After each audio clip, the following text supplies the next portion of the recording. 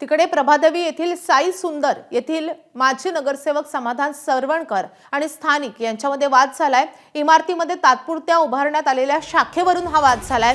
शाखेसमोर shade बांधत असल्याने स्थानिकांचा त्याला विरोध होता।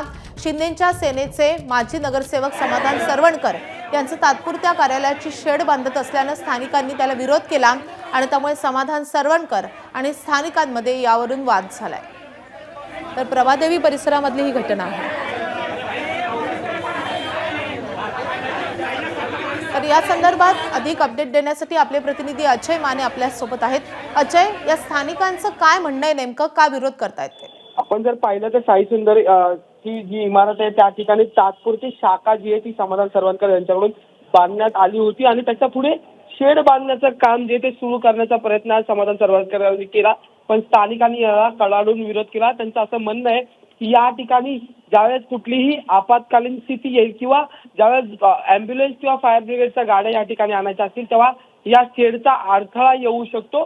त्यासोबतच ये जा करतानाच्या रस्त्याच्या मध्ये हे शेड टाकलं जात आहे, त्यामुळे स्थानिकांनी जो आहे याला संपूर्णतः विरोध केलेला आहे आणि त्यावरून आपण जर पाहिलं तर या ठिकाणी मोठा असा वाद निर्माण झालेला आपल्याला पाहायला मिळतं। खरं तर तात्पुरती शाखा जी आहे ती माजी नगरसेवक समाधान सरवणकर यांच्याकडून उभारण्यात आली होती, पण आता त्याच्यासमोर शेड बांधण्याचा प्रयत्न सुरू झाला होता आणि त्यामुळे ही शाखा परमनंट होऊ शकते असा सुद्धा मुद्दा जो आहे तो स्थानिकांकडून उपस्थित केला गेला होता। त्यामुळे स्थानिकांनी आधीच ह्याला जो आहे तो कडाडून विरोध केलेला पाहायला मिळाला होता।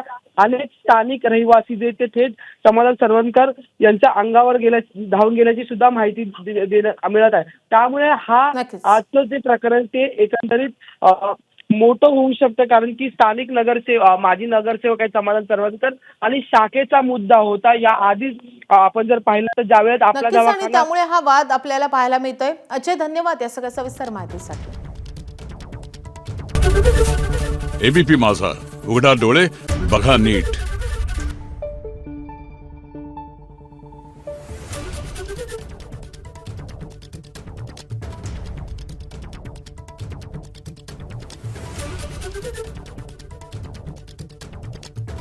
Thank you.